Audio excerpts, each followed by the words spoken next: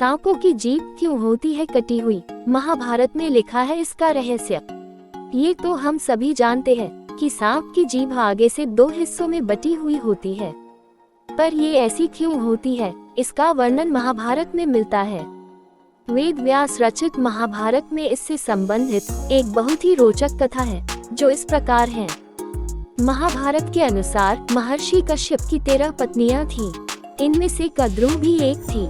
सभी नाग कद्रू की संतान हैं। महर्षि कश्यप की एक अन्य पत्नी का नाम विंता था। पक्षीराज गरुड़ विंता के ही पुत्र हैं। एक बार कद्रू और विंता ने एक सफेद घोड़ा देखा।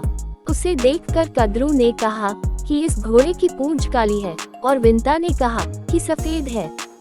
इस बात पर दोनों में शर्त लग गई। तब कद्रू ने अपने नाग पुत्रों से कहा कि वे अपना आकार छोटा कर घोड़े की पूंछ से चिपक जाएं, जिससे उसकी पूंछ काली नजर आए और वह शर्त जीत जाए।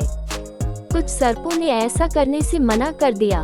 तब कद्रू ने अपने पुत्रों को श्राप दे दिया कि तुम राजा जनमेजय के यज्ञ में भस्म हो जाओगे। श्राप की बात सुनकर सांप अपनी माता के कहे अनुसार उस सफेद घोड़े की पूंछ से चिपक गए, जिससे उस घोड़े की पूंछ काली दिखाई देने लगी। शर्त हारने के कारण विंता कद्रू की दासी बन गई। जब गरुड़ को पता चला कि उनकी माँ दासी बन गई है, तो उन्होंने कद्रू और उनके सर्प पुत्रों से पूछा कि तुम्हें मैं ऐसी कौन सी वस्तु ला कर दूं, जिससे कि मेरी माता तुम्हारे दासत्व से मुक्त हो जाए।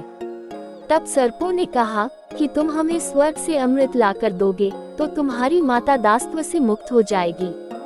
अपने पराक्रम से गरुड़ स्वर्ग से अमृत कलश ले आए और उसे कुशा पर रख दिया। अमृत पीने से पहले जब सर्प स्नान करने गए, तभी देवराज इंद्र अमृत कलश उठाकर पुनः स्वर्ग ले गए।